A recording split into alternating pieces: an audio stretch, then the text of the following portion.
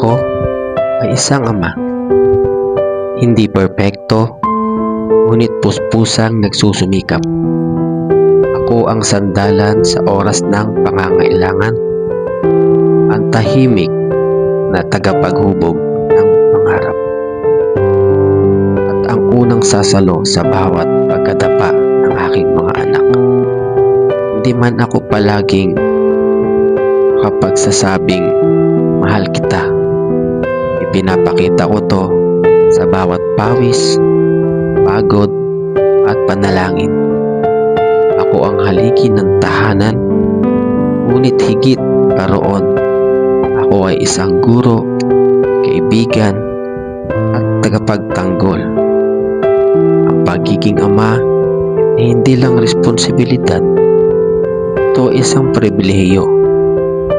At sa bawat araw na lumilipas, pinipili kong maging mas mabuting tao, hindi para sa sarili ko, kundi para sa kinabukasan ng aking mga anak.